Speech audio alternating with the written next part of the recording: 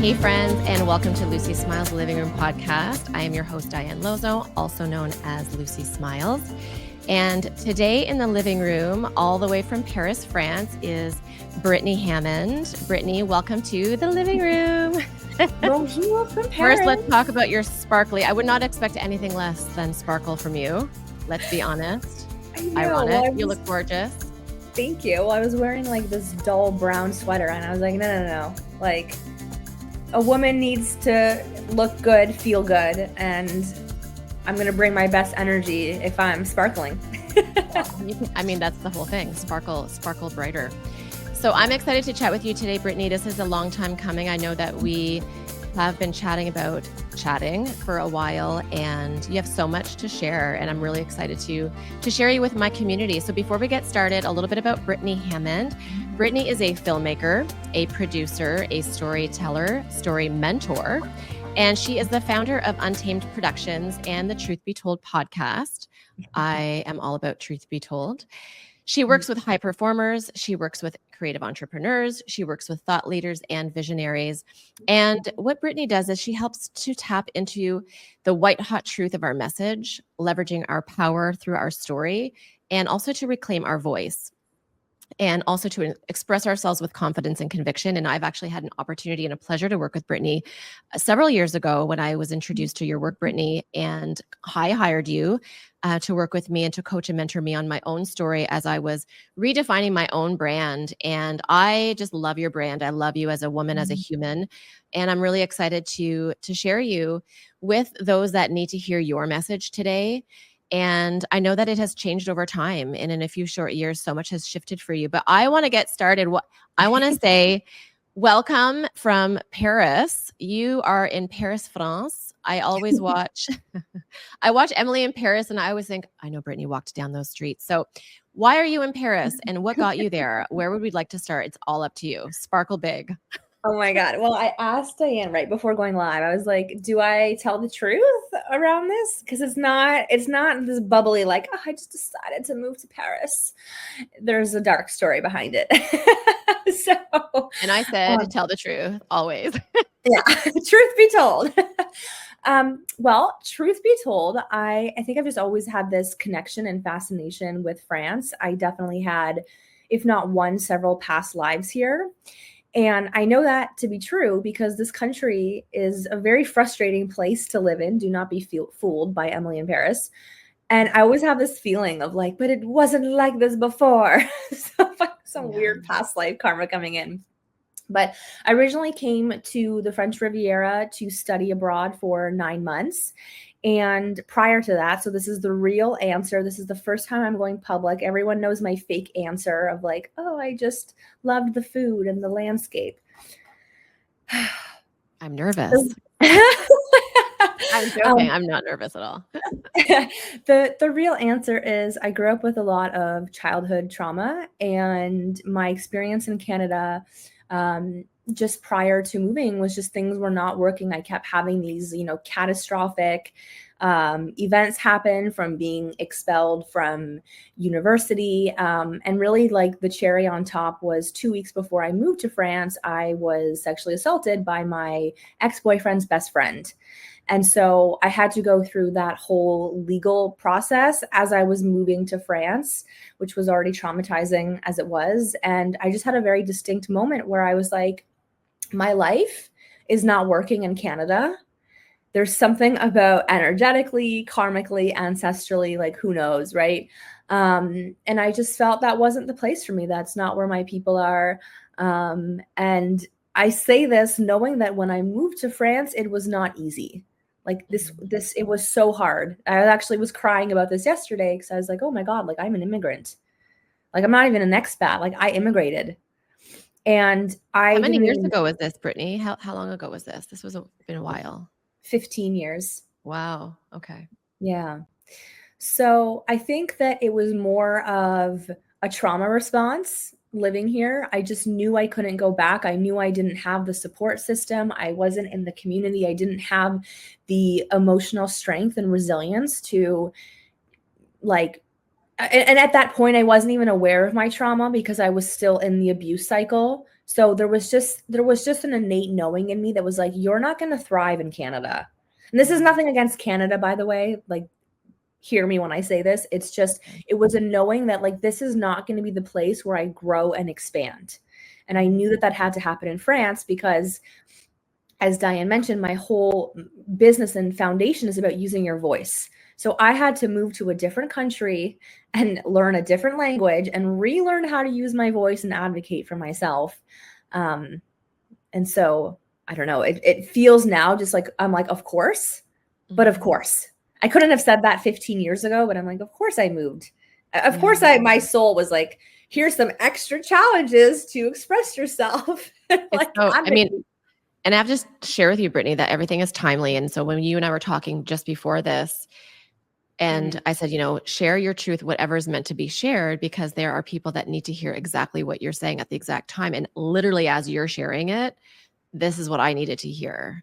And like, it couldn't be more timely. So I just want to say thank you. And I honor you. And again, as women who are rising and helping other women rise, I can't even imagine the ripple effect of what you just shared is going to be able to be so supportive for women. And I say women, men, but if you know what I'm saying. Yeah. And so I honor that. I want to add something to that because what I felt in my first probably like 6 or 7 years was that I was exiled. Like, I felt like I was exiled from my own country. I was so disconnected, and I felt like it was like a punishment. And so, but I didn't feel like I could go back to Canada, but I also didn't enjoy my time in France, which you wouldn't believe this now from what I show on Instagram. But your highlight reels, we all have them. Part of that like self-reclamation has been like, I finally got to the point where I choose to live in France. And that took me about 10 years of living here to finally be like, oh, I choose. I could go back to Canada. I could thrive there. I could have my career there. And so that was kind of that full circle of like, now I don't feel like a victim and a prisoner here because it was my choice. And I didn't feel like my choice before. Yeah. And when you say that, again, I just go back to like, who needs to hear this? Because again, we get to see the highlight reels. We get to see, I got through it. Well, how did that, because we have to get through it. It's ugly and it's scary and it's gross. So when you say that you went from there to accepting it, from a victim to no longer a victim, do you have anything that comes to mind where you can say, and it was because of this, or this is how, or this is who helped me get through, or this is what I found and I grounded in? So is there anything that comes to you that got you for like, what was that middle juicy part that moved you from victim to not being victim? Is there anything that you can share? That's such a good question. I have to self-reflect on this. I think dig in. Part of it. Okay, this is gonna be a messy answer because I've never. I love it. Bring it, messy. I think that I always felt, so just a little like quick backstory on like the French Revolution. I know you said, okay, there's no politics in this, but just hear me when I say this. Like, France is a socialist country. And I just, in my first years, I really saw how people were like victimized by the government and just like the political situation here. And I was like, oh God, like, it'll never be me because I'm Canadian. I'm just, oh God, Diane, the things go to town, girl. You're allowed, go to town. You know what? Like, I'm going to change my title of my podcast to Lucy Smiles Messy Room. It's fine. It's perfect. Anyways, I self-identify as a libertarian. Okay. So moving to a socialist country, I was like, oh, I'll never have these problems because I'll never live here full time. Anyways, I started to understand, if you think of the French Revolution, it was like the people taking their power back, and they literally cut off the head of the king and the queen, Marie Antoinette and Louis XVI. And it was them taking their power back. And I happened to live not too far from that spot, which also is kind of interesting that I ended up living there. But I started to understand the French values and how people have come to be the way that they are. And I reconciled with like, I am North American in my work ethic and my mindset, and I am French in my soul. And so it really was an identity thing, because it's so easy when you're living in a different country to criticize it and be like, oh, well, my country and this country. And then it's like, when you start to really integrate, like that was part of it for me, because I came into my own. Like I became an adult here, and I recognized, what are my values? What do I believe in? And I think the biggest thing is that anytime I would leave France, particularly Paris, I would get this like very anxious fear that I'd never make it back, which was also another past life indication. And so, speaking of being a co-creator in life, I remember right before the world shut down, I was flying back to Canada, and I ended up catching, the virus in the US, and then got stuck in North America and couldn't make it back to France because it was during the lockdowns. And I was like reliving this trauma. Like, I need to get back to my country. Wow. But I guess to like wrap up that answer, last year I had a really big tax debacle issue. And I jumped all of these like tax thresholds, and I was like, that's it. I'm leaving France, F this country. I'm going back to Canada. And I actually called my mom, and I was like, I'm coming home. I don't know what took over me, because then like everyone around me was like, Brittany, you are French. You are not leaving. Wow. And again, you have to explore all of those demons. So I think I just got to this point where I was like, I feel at peace. Like, my soul feels at peace when I'm in Paris. And that's the only way I can describe it. I feel like this is my home, and I fought to live here through visa renewals and all the things. And so that's when I made that choice, which was less than a year ago, actually. Less than a year ago, I said, I choose to live in France.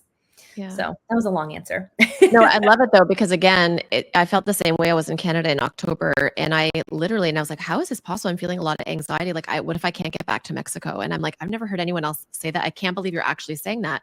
And when I stepped foot in Mexico City, walking through this massive immigration, and I started to weep, and I'm like, why am I weeping for Mexico?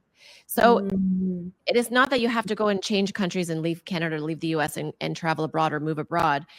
But again, like, what are the odds that you and I have the same feeling and the same story? And and the reason why I want to share that, of the, like, identifying that same feeling within my heart, is that, something that you said, again, like, this is not a political podcast. There's many political podcasts. Please feel free. YouTube is grandiose. Like, you could find whatever you need. But what I feel from you, and what I feel is really true for people, or can be true, should we choose to find truth, is we don't have to have a black and white perspective.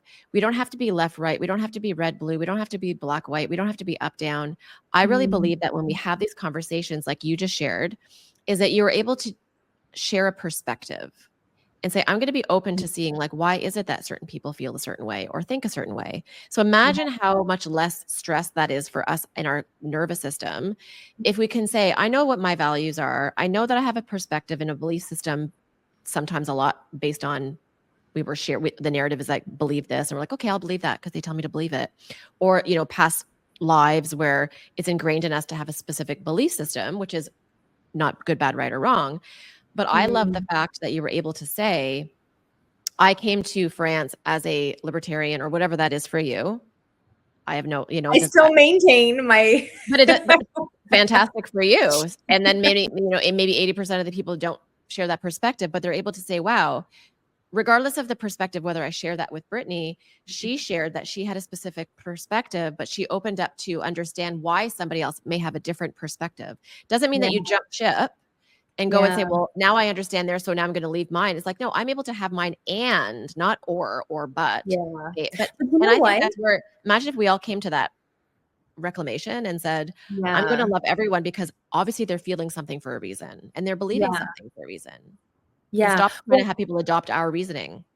Imagine. I could not say that in the story, because again, it's such a past life thing, and like we don't have to like center the conversation around this, but like I've always had this past life just understanding of like government and control. And so I thought that was really ironic that I would move to a country that is socialist, which is so it's not different from my values per se, but I wouldn't identify that way, like, because of my North American upbringing. So the fact that I moved there, and like it only like But see, on the flip side, like, so Diane and I had originally scheduled this in September, and Yeah.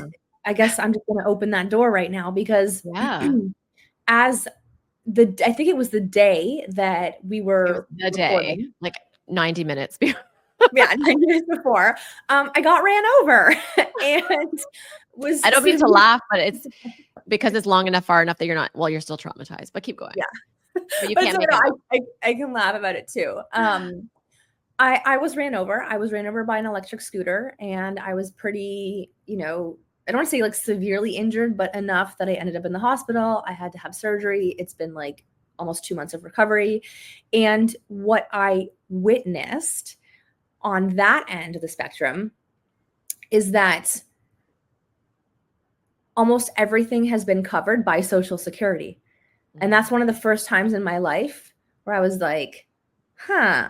And I remember talking to my boyfriend. He's like, yeah, everyone puts their money in a pot and then the government like distributes it. And I mean, that was one of those instances where I was like, wow, I'm so grateful that I am like the majority of my medical costs are being covered. The majority, not everything. Mhm. And so and that was one of those moments where I was like, right. And so again, like these experiences help us just expand. It doesn't mean it's changing my beliefs or I'm like rigid, but it's just, I don't know, like it Mhm. was interesting. Well, it's interesting that you say that because you said it was interesting, and that I think is really important for us to, instead of like jumping on judgment, which is what we're ingrained to do. Like our ego always wants to be trying to figure out a problem. It's Mm, literally saying, okay, what problem can I give to this human today to make sure that they always feel like they have to figure out a problem? And so we actually like look for problems. We create we create problems, right? And so when you're able to say that was interesting, then you're able to like just move forward in your life with more self-awareness. And I do believe, and I say yeah. this all the time, probably on every single darn podcast, is that we are here to learn about ourselves and learn about ourselves through Yeah. others, because we're not lone wolves and we're not on an island. This is not Castaway, right? Where our only friend is a ball. We're here to learn through people, through diversity, through adversity, through contrast. And so it's Yeah. amazing. I want to actually then now I'm feeling like you being in France for 15 years, the work that you do with your, Untamed Productions, filmmaking, what you have created for yourself in your brand. Can we talk about how do you feel that your brand has been able to launch? And I've seen you succeed, not only, on the highlight reels, but I know your financial success has been, you've Mhm. evolutionized it as a woman and living abroad. Yeah. And I would love to talk about, like, can you share how you feel your strength? Because again, we talk about leveraging of the power with your brand and the power of your story. So can you tell Mhm. me, and for the audience as well, how do you feel like living in France has leveraged your power? How have you leveraged your power through that you Mhm. think, and again, you're always in the right place, but maybe things were different than, say, if you were building in Toronto or Oakville, in Canada. Can you talk about that evolution in your brand? Because I think it's really important for us to realize the discomfort is where massive growth is created, and you Yeah. decided to grow in something so unfamiliar to you. Yeah. Oh my God, these questions. I don't even know. Honestly, I feel like if anything, you know, it's been a hindrance because of the mentality here around money and success. And so, if anything, I've had to like then push up against living in a place where it's not acceptable to talk about money and it's not praised to be successful. Mm, So, I think if anything, that is what has like hindered me on my journey versus if I was in a North American setting, like would be like money guns and like, mhm, probably expanded a lot faster. But I think more than anything, it's just come down to, I guess, like, again, learning how to advocate for yourself and speak up, and especially in the face of injustice. And that's not necessarily like what I coach my clients through, but these are themes that will come up in conversations if we're working through their story or even like their messaging and their marketing. And I think people just know that I have a strong, solid voice. And mhm, I mean, I think that life would have been easier in Canada and maybe I wouldn't have developed like this like I don't know, like ferociousness is coming. That word is coming to me, like fierce. mhm, And I mean, even in part of this like legal battle with the accident, like I have had many moments where I'm like, do I give up or do I keep going? Like, what am I standing for? What am I fighting Wow. for? Like, I've had to ask myself that. I don't know how that translates into my business per se. I think that like I'm just someone who just keeps going, and Mhm. people, like, I think my clients know that I'm a fighter, that I'm resilient, and I mean, I tend to attract those types of people as well, because I'm not the type of person like I've been through hell in the past 2 months. Like, this has not been easy. I was just crying earlier this, like, I'm still crying over like the anger and all the Yeah. things coming up, and it's like, and I still keep going. So I'm not the type of person that is going to be frozen in action. Like, I still feel like a victim now. Like, truly I Mhm. do. Like, I'm angry, but I've got to keep going.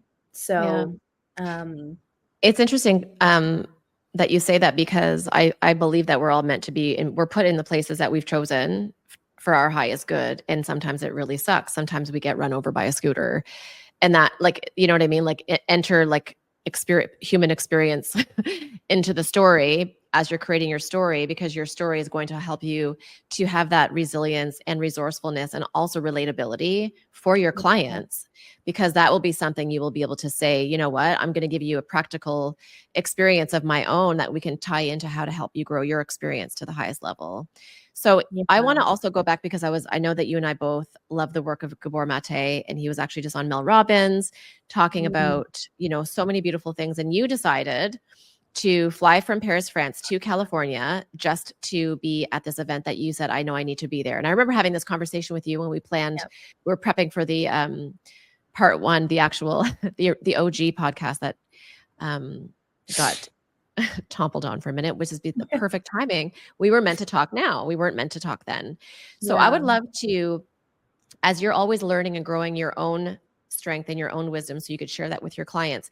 I would love to hear about what that experience was for you, and how did those experiences that you've learned through that event to shape you self-reflecting on even more so within your own life, and how that all allows you to help others express themselves. So what did that look like? We haven't even chatted about that experience. Yeah. Well, this is Kimberly Shannon Murphy, and she is Cameron Diaz's stunt double. She's very, very well known in Hollywood.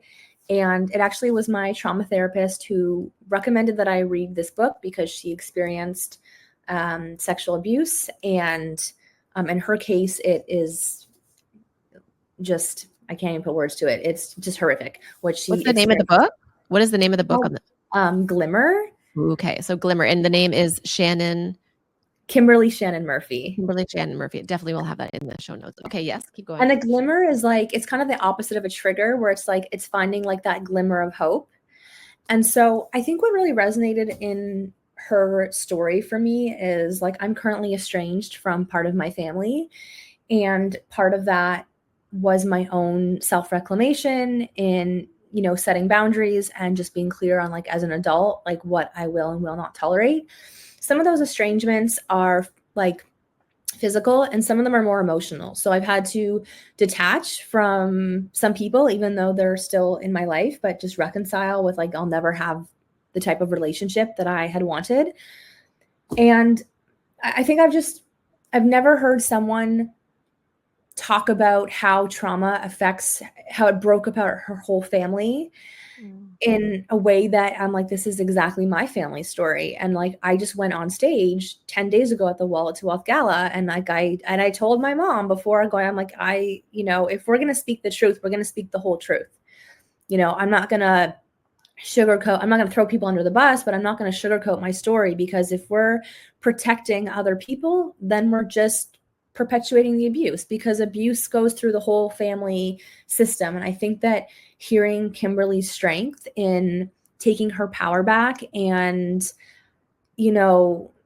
like, I just feel like, so when I actually got to speak to, like, I just like fell into her arms and was like, I'm just like, you are me, I am you. Like, it Oh, was incredible. wow. Um, Gabor, I didn't really, this is like, so I didn't really know who he was. I mean, I'd Oh, heard of him. I know. I went for Kimberly, yes, I know. but oh my God, like, this man, I think he's 80 now. And like, I hope we have another decade with the wisdom that the understanding of the human psyche and attachment styles and trauma. Like, it's just like, so when I have listened to every one of Kimberly's podcasts, and that's how I found out about the event. And I was kind of like, who am I to just fly from Paris to LA? Like, I've flown to California for, I went there for Tony Robbins. I went there to meet my mentor. Like, I've done these trips in the past and they were always so like drama filled, like, oh my God, all the money. And, it was just like such a production. And this time I was like, I'm going. Like, I was like, I'm going. Then I obviously had the accident. And then I was like, because I found out I had to have surgery. And I was like, well, I'm going to California. So can the surgery wait? Like, that's actually what happened. Yeah. So that also did prolong the healing process, because then I just went to California for 4 days. But you allowed yourself the inner healing and you put the outer healing on, like, I'll take care of that. But you're still healing. And I just think it's just so beautiful, because I had the conversation with you and you said, like, you were either watching something or you heard, and you're like, oh my gosh, she's actually going to be in California. Like, who am I to just like fly? But you knew in your heart, because sometimes we're not supposed to have the logic. Logic doesn't usually, is not our best friend. Logic is what sits in to talk you out of it. There's the ego again. And I've done that before. You and I are very similar, where I say, like, I know that I'm meant to be there, but like, what am I doing? Like, I'm flying to Colombia, to Cartagena for Dr. Joe. Why would I not just wait for him to be in literally Cancun in the same country? But no, I had to go to Colombia. And now I know 2 years later, oh my God, that is why I said yes to that. So we don't always get to have here's the reasons why you're going and why you should be so excited. You only get those after, but you need to step into that first. Yeah. So how exciting is that? And the fact that your shirt is so glimmery, I just think it's just so epic. Well, and you know what? Like, I don't know if this is like somehow linked, but I just have to say, like, my plan in life before moving to France was to move to California. That was always the plan. And then my parents were like, we're not paying for your school there. And I had ordered the books from like Pepperdine, CalArts. Like, I was moving to California. So I've always had a connection there. I've always wanted to live there. So it also felt like aligned in that sense as well. But yeah,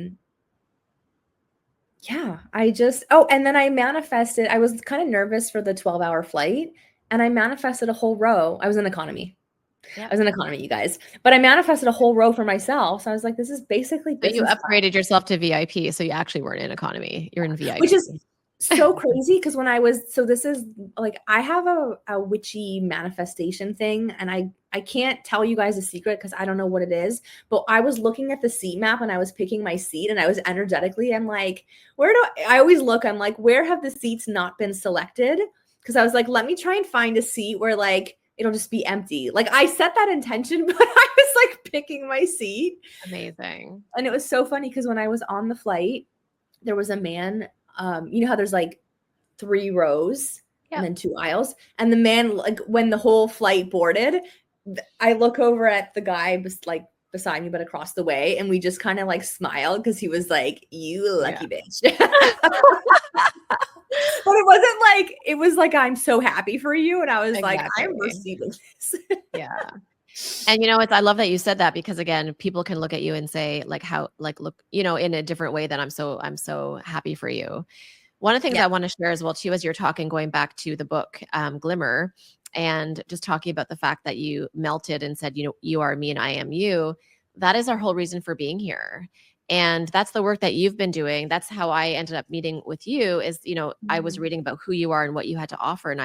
And so we're all so connected. And I think one of the biggest things for me on my, let's call it 2-decade journey, has been, how can I, lock arms with people or connect with people to hear their story. So, because we always have part of their story as our own. So having the book Glimmer by her, and knowing that you're like what you've done to help people reclaim their voice, and you're reclaiming your own, because we only can share who we are. right? Mhm. Nobody wants us to be a theorist and on a pedestal and be able to say, I'm going to tell you how it is, but I have no idea what I'm saying, but I've learned it in a book and I'm going to relay it to you from a book I read. We're relaying our life story to people through how we've walked through life. And so, when I think about you, and the reason why I want to share you with my community is not because of I liked what you had to offer. I loved how you shared what you were going through, because Yeah. that's going to always be why we want to work with someone, why we, are drawn to people, why we relate to Yeah. people. So, that's Mhm. just who you are, and it's not going to end while you're here. You're going to keep on doing that. So, I think it's just really important. Whenever you talk about, the clients that you've worked with, I am one that has been blessed to work with you. Are there any themes that you've noticed that you've attracted with clients that you're like, and the reason why you're able to help them? Is there something like a theme that you've noticed, that within yourself that you can say, okay, this is why I know I did the work, because Yeah. now I get to support someone in their work? I think it always comes down to like, even though my marketing will primarily focus on like the business aspect or communication, like everyone who comes to me, I mean, I do openly talk about, healing and trauma, but it's not like at the forefront. So Mhm. when people come to me, they all like almost every clients has had some blockage with their voice, whether it be experiencing abuse, experiencing bullying, having a narcissistic parent, being silenced in some way. And it's like, I don't even have to talk about that in my marketing. And yet, when they come to me, and I think that's what makes me and my work so unique, is like, I'm not just going to gaslight someone. If someone is like feeling like genuine fear and resistance around showing up, I'm not going to just tell them to push through, Mhm. because I did that I did that strategy. I mean, it can work if you want to like beat yourself up, but I don't consider that success.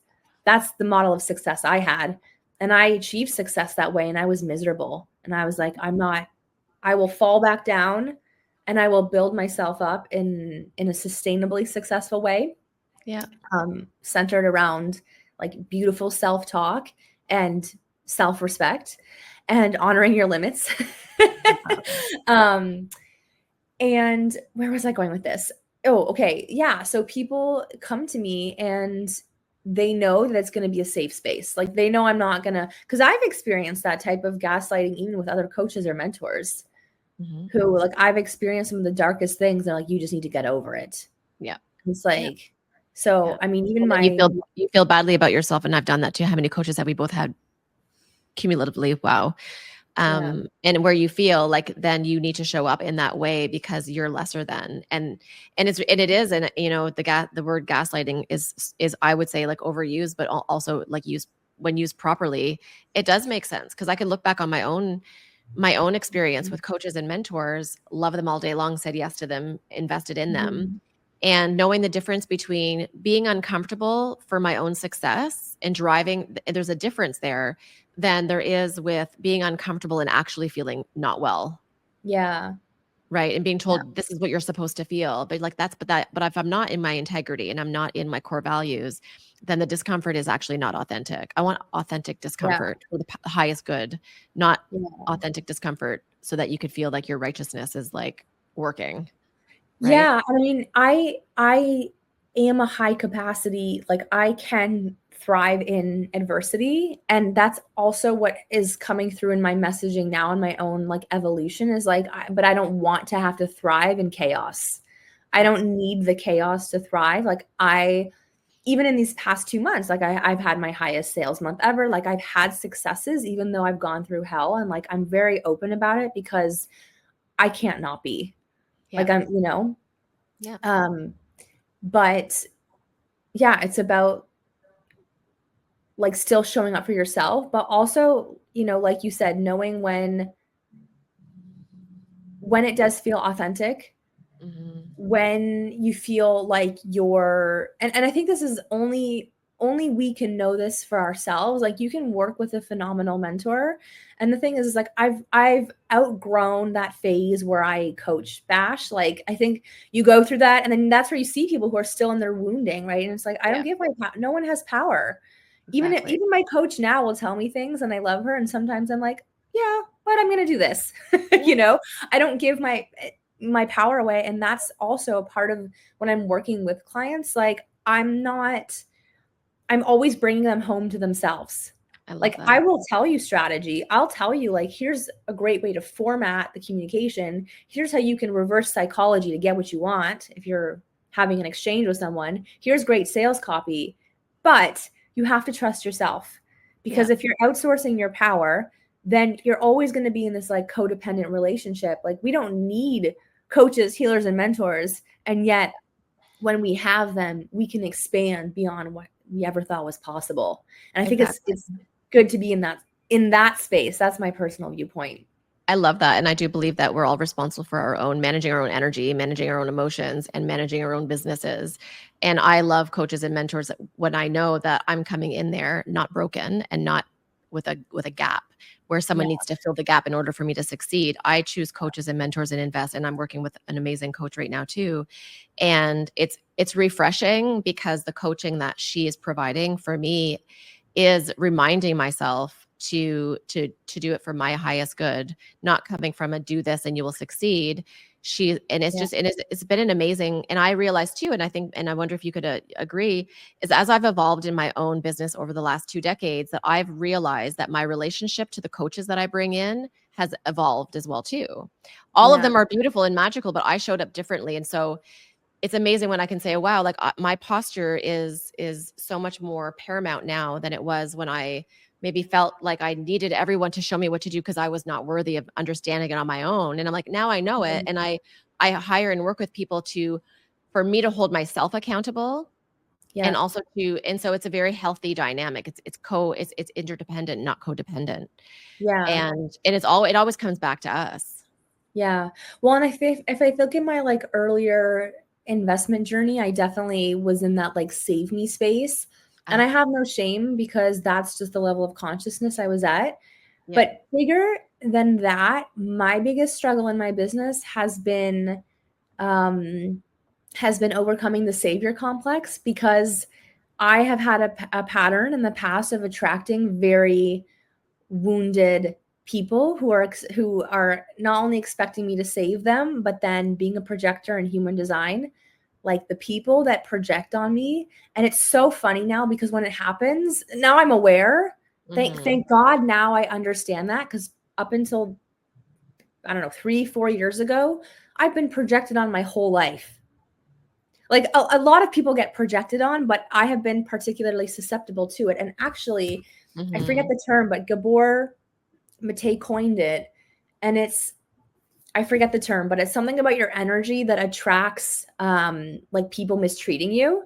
But again, that was my life story because I was abused growing up. So that's all that I knew. So when that shit started showing up in my business, like that was a hard thing, because I was like, I can't run this business if these patterns, like I got to heal this stuff because and that requires doing the work. And I was going to say, and that requires you doing the work, right? So like it requires me doing the work. I love it. There's a couple of things I want to share. So yes, human design all day long. I'm a manifester. Okay. So I'm not even a manifesting generator. I'm like a manifester. So I'm like, now I know why all these visions come to me. And then I need to actually ask people to do the work for me. Because like I'm here, the visionary, the high visionary, and also knowing that my numbers are 6'2", so I'm a role model and a hermit. I'd always judge myself why I would be a role model. And even my human design coach said, you'd be someone who does a podcast or a writer. I'm like, I'm a podcaster, writer. It was so crazy. But I realized too that I would judge myself for wanting to hermit, because I didn't know that I had permission to until I actually was shared with that I am actually a hermit in human design. I'm like, now I know why. People would say, oh, you're such a social butterfly. I'm like, I am. And then I'm really not. I'm a role model, then I'm really a hermit. And so that allowed me, like you said, when you realize how you're operating, that it's all on purpose, you're able to actually love yourself even more and learning to have that feeling within yourself. The other thing, when you were mentioning Gabor Mate, I learned the word imprint when I was with Dr. Zach Bush in October, and talking about like why we bring things in. And I learned that. I was wondering if that is similar to what you're talking about. Is like, I have an imprint, and I would always validate the imprint through how I would have people show up for me. So it's interesting. So if your imprint is, I'm not good enough, or everyone abuses me, or you're not yours, but like say if a person's imprint is, I always have to rescue people, then you always bring in people to rescue. It's like, it's just you're validating, you're confirming Yeah. your imprint. And I'm like, you know, That's not the term, but it's the same thing. mhm. But that's 100% it. And that's one of the I think just the hardest lessons in like a spiritual, if you're on a spiritual path or a growth of like personal development, have you heard of the existential kink? No, tell us all about it. Talk to us. This will change your life. Okay, it I love is. things that change my life. Bring it. So the existential kink it's kind of like the concept of like BDSM, where the thing, like our kink, the thing that we're like our most painful thing, we like secretly get pleasure in it, like BDSM, like pain, pleasure. Yeah, So it's that relationship between like, so for example, if I'm always complaining or like, oh, why do people always mistreat me? It's because it's that pleasure of like because it's the secondary gain.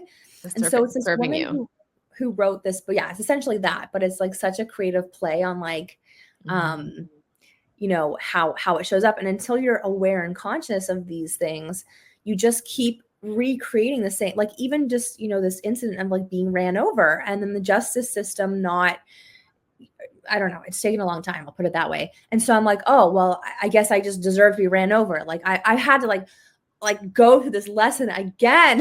Like what? Like, so it's super triggering, because you're like, well, I thought I learned the lesson. And then I'm walking down the street, this person, I don't know if I told you this, but she not only was high, she tested positive for drugs, she didn't have her ID on her, and she doesn't have insurance. So it's like triple offense for her. And I'm like, in what world do you get away with that? And then it happens to be me. So it's like, but then the kink is like, well, of course it's me, because only I would experience something so fucking just improbable.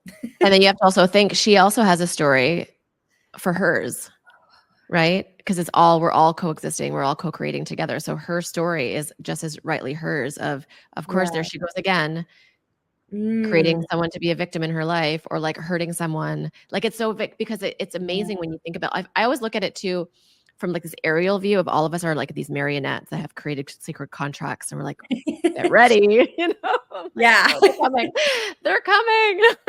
Yeah. But it's interesting though too, because can we find compassion in those moments where we realize that they've just as willingly co-created for their growth, and we just so happen to be playing the scene with them. We're the star of our own show, but so are they. And we're then you've got these extras. It's pretty impeccable, right? Because I believe also that this personal development, making a decision to be on this conscious path, if you will, because I mean, we're all spiritual, everyone's spiritual. But being aware, like, as I grew in my own conscious path in 2007, I would say is when like I had the moment, and it didn't get easier from there. Let's just say it got significantly harder for me and more challenging for me. And the lessons started to get darker and deeper, but also maybe because I was noticing them more, and able to say to myself, how did I get myself here? Like being in my own, I said yes to, and I magnetized towards abusive situations. And I remember saying to myself, oh my gosh, how did I get myself here? And in that moment, I'm like, exactly, Diane, you got yourself here. They played a role. They had their own. I'm not going to ever discredit the fact that it was co-created. So I'm not going to say, well, then like that's fine for them, and it was not them. It was still them. But I got myself to the place that experience came into reality. And wow, was that ever a reality check for me? I'm still waiting for the wisdom. Like, I don't know what the reason is for this. It has not shown itself to me, but I don't feel like anger towards her. It's like the justice system, because like I went through the justice system in Canada and was failed by them. And so reliving it here, I'm like, but I know that it will all work out. I actually just got good news yesterday. They've actually tracked her down, because they were going to classify it as a hit and run. I remember there were police that were there. And then there was this huge battle between the police and the insurance company, and the police wasn't releasing the information. And I am just like, this whole time, I've been so triggered the past 6 weeks. Like I go to bed angry over this. Yeah. And And anyway, so again, like, it's like choosing, and again, choosing, like, this is a choice. Where could I put my energy? I don't have to put my energy towards this. Yeah. I could say, like, fuck it and move on. But, Yeah. Yeah. Because it is I, our dominant thoughts, right? It doesn't mean things are not going to happen, but how much are we giving of ourselves? And, one of the things and I say this all the time, and specifically because I'm doing a lot of work with cell health. And, I was chatting with a family member of mine around cell health and not to get into the information, but realizing, like, test-based, that our cells eavesdrop on our thoughts. And so we could be vegan, work out, bodybuilding, doing all these things, but you can have someone that's doing all those things and their cells are in more poor health than someone who's not doing all of those things. Because when your cells are eavesdropping and there's a connection, there's communication happening with your mindset. And as you know, Gabor Mate, emotional trauma, how it comes out physically. I mean, it's impeccable because our dominant thoughts are where we're running the show. So things are literally going to be happening to us, but how long are we giving them the show? It's yeah, crazy. It's scary. And it's like, no, I want to give them the show. I want to be in this, but are we willing to not have to sit in it for so long so we can actually thrive? But as you yeah, said, with that existential kink, wow, that's like an eye opener for me because, we could say to ourselves, you're loving it. Not you, but me. If I'm creating something that keeps on showing up for myself, I'm like, well, how much am I just loving this? I'm like, oh, that doesn't feel good. yeah. But I But it don't want to always fuels feel us. good. I want to grow. Yeah. But it fuels us in, like, because we've all experienced some type of, like, perceived injustice. And so it just, like, it's just fueling me, because even if the anger, if I then channel it out towards, like, well, I'm just going to go off and, like, because what ended up happening, and I think, just to be fully transparent, like, I'm getting ready to buy my first home. And so the fact that I basically lost 2 months of income, if you're trying to get a mortgage, that year of income is the most important thing. Yeah. And I don't even, like, want to say this, like, but knock on wood, because I know I was talking about it with my mom, and she's like, you gotta, like, think bigger and, like, go for, like, a bigger home in Paris. And I'm like, well, where's the money gonna come from? Obviously, France is not the US, but I'm like, I would get a huge settlement if this happened in the US. And who knows? Like, part of me is like, I better get a big check after this. Yeah. Yeah. Because I'm like, well, maybe that was the thing. Maybe the universe was like, you can sit on your butt for 2 months and do nothing. And we're just going to give you this settlement check. I don't know if that's going to happen.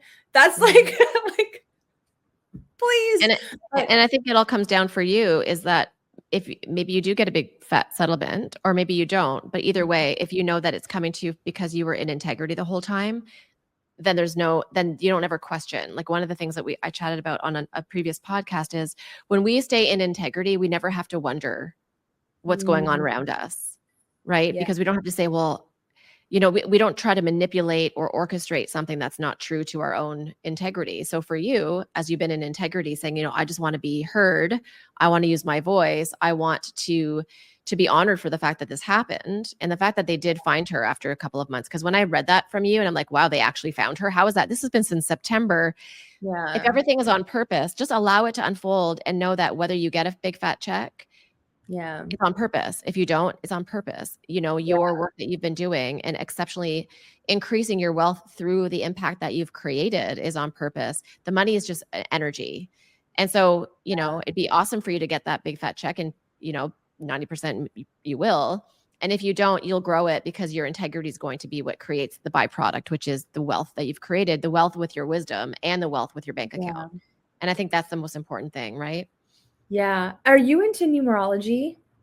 I did a numerology session just last week with an amazing shaman here in Mexico, and I think I am 5, I think. But I don't know all of the things. Are you going to do my numerology? No, I'm not like a numerologist, but my primary year is a year 3, which is I'm all about self-expression, but I'm in a year 2. And year 2 is and I'm a spiritual year 2, because you add the numbers. So it's 1 + 1 is 2, but 11 is a spiritual number. So it's like, this year is all about, this theme is about delays. And so all year, I know. So when I read my numerology in January, I was like, oh, for fuck's sakes, like, why? I'm like, why? And like, lo and behold, this year it's been obstacle, delay. So I'm like, get me to the end of the year. like, But Yeah. it's been about surrender and patience. And that's, I think, like the bigger lesson. And Yeah.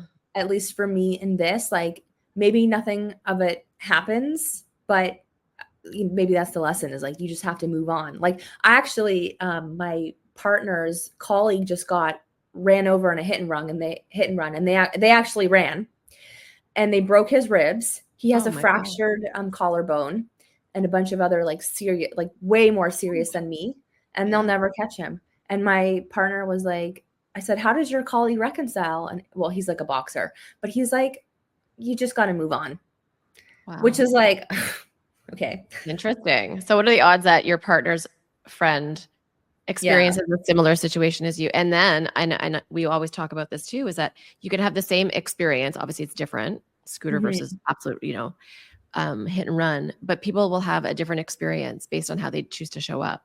And one of the things that you said is that this year's been surrender and patience for you. So it Yeah. doesn't matter what existentially comes out of your, existence and what your experiences are. You're learning what you choose to do in the year of your delay Yeah. to grow yourself. And then maybe the end of next year, you're going to look back, maybe not, to look back and say, wow, that year of delay grew me in these 3 ways that would not have happened. I would have not have grown in those ways had those things not been delivered to me as the way for me to grow. And Yeah. then and we never know. Again, it goes back to, we're never going to know. We don't have a crystal ball. We don't get to, because it'd be so great if someone said, okay, if you move to France and go through these hardships, we're going to put these hardships in your, then at least you're going to get this as a gift. You're like, okay, then I'm willing to go through the hardships. No, we have to go through the hardships not knowing why or Yeah. if something big is going to happen. But the big thing is inside of us, we get to learn more about who we are and how we show up.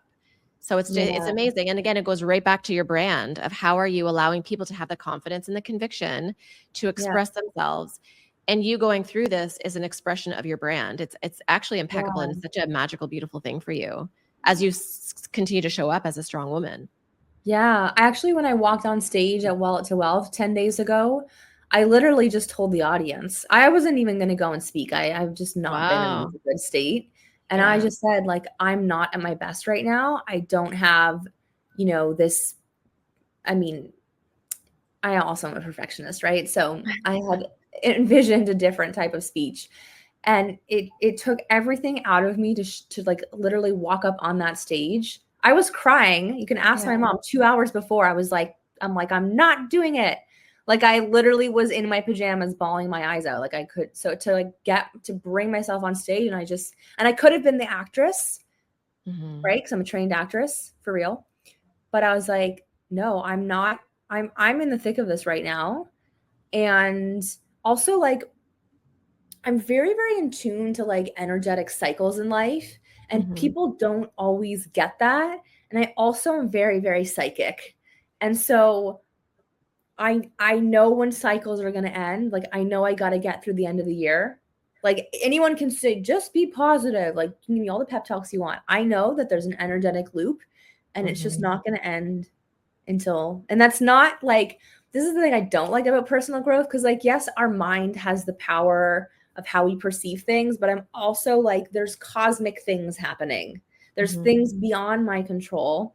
Yeah. And so right now, like I'm very much in this like protective space, and yet I'm still using that resilience, putting myself out there, running my business, serving clients. Like I still am doing all the things. And I think that's a different level of resilience I did not have before, Wow. like even 2 years ago.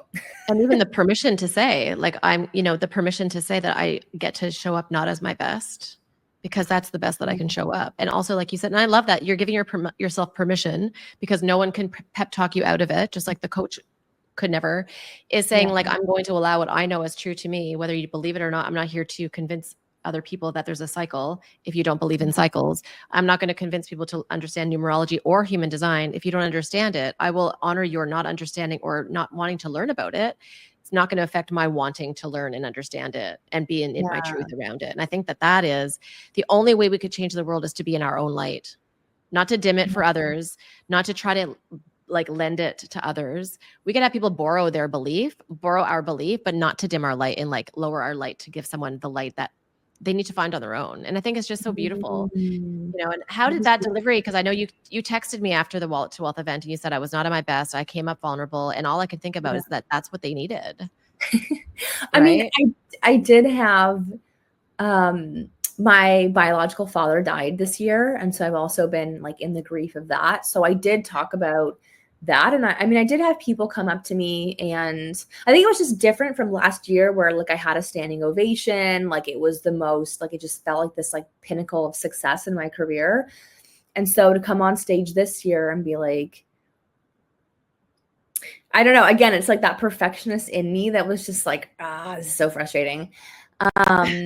I think it did impact people. I think it just was like heavy. It didn't have like the, like, I just told my story. I didn't really share. I didn't use my own storytelling skills to like find some message to mirror back, because I was like, and that was why I was having a breakdown the day of the gala, because I'm like, I don't know what the message is. I'm like, life sucks. That's my message. But let it be what it is too at the same time. Because we see all the highlight reels and we see all the sparkle, we see all the glimmer, but that's not going to allow us to feel relatable or that we're not alone. Because when we see all that, we're like, okay, but I need to get to that. But if you say like, but I'm actually not feeling that right now, then we don't have to have a gap of not, you know what I mean? Like, and I have myself included, like this year was an interesting year, dark year, certain things. But I was like, you know what? If this is the way it's meant to be, I'm not supposed to try to get somewhere else. Yeah. Why am I trying to get somewhere else so I could feel not this? But instead, like, I'm just going to feel all of this and know that that's how my growth is going to be like evolving, you know? Yeah. It's really interesting. Yeah. It's So just more Brittany, about surrender. Was that? It's just more of that like surrender, just like Yeah. just, you know. Absolutely. Yeah. So you're in Paris, France. I literally want to come and visit you. I am going to come and visit you because I don't think you're going anywhere. Are you leaving? Are you moving? What's happening? Tell us everything. What do you have going on? What are your, I know you have so many beautiful things that you offer, and what does that look like for you moving forward? Do you have anything special coming up? What is your favorite thing to offer, and how can people find you? Yeah. Well, as I said, I have consciously chosen to stay in France. I just feel that this is my home in Paris. And actually like love doing Paris VIP days. Actually, right before, I keep bringing up my accident. One day I'll stop talking about this.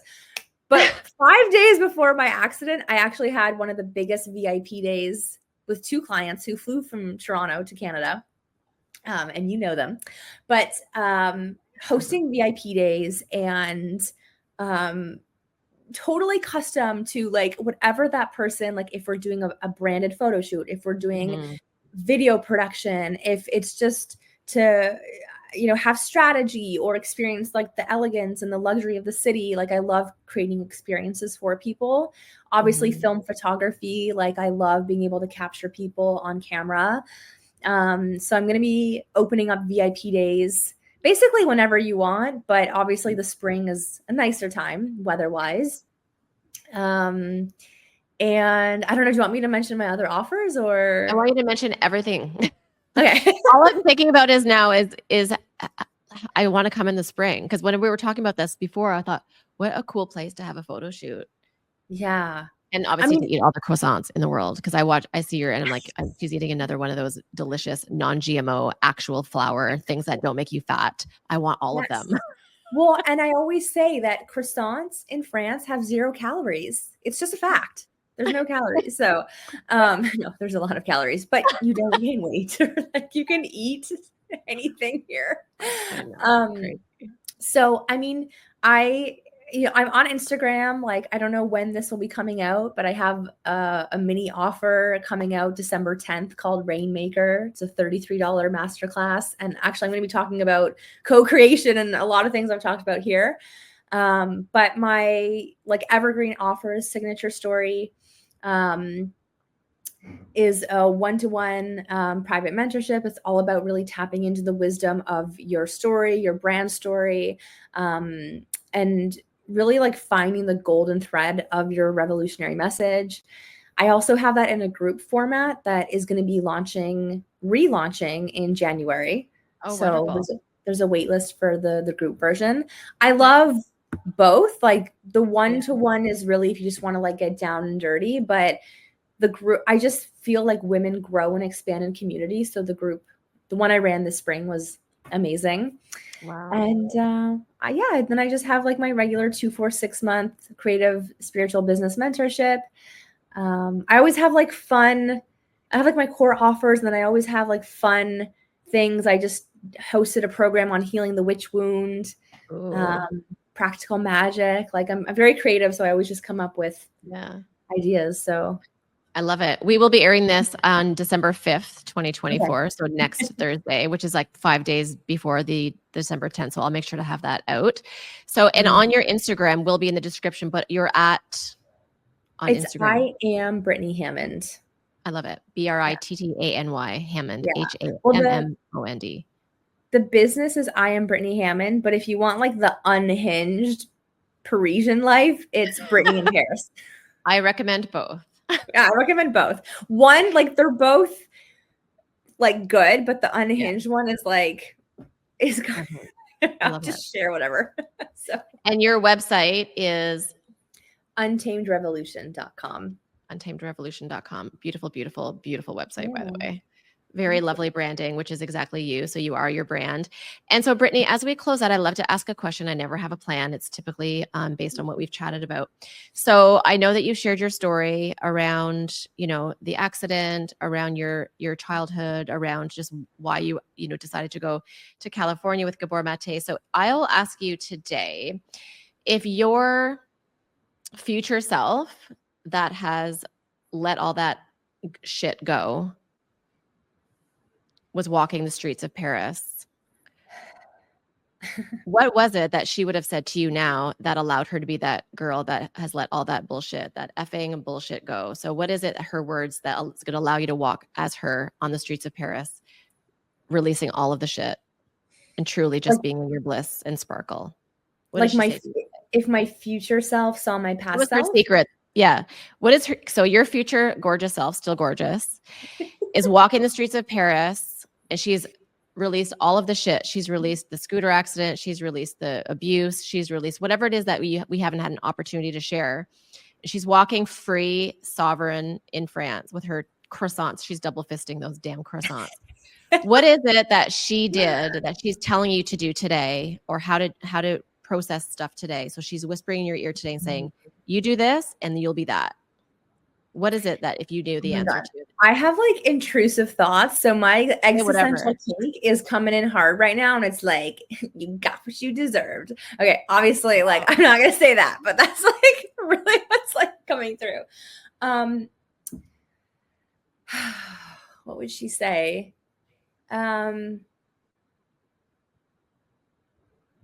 Just that like you're fully equipped. Like you've been through the initiations. You're fully equipped. Like now anything that comes your way, like there's always going to be hardships in life, and it's just going to come down to how do you navigate it, and do you know how to navigate it? So it's almost like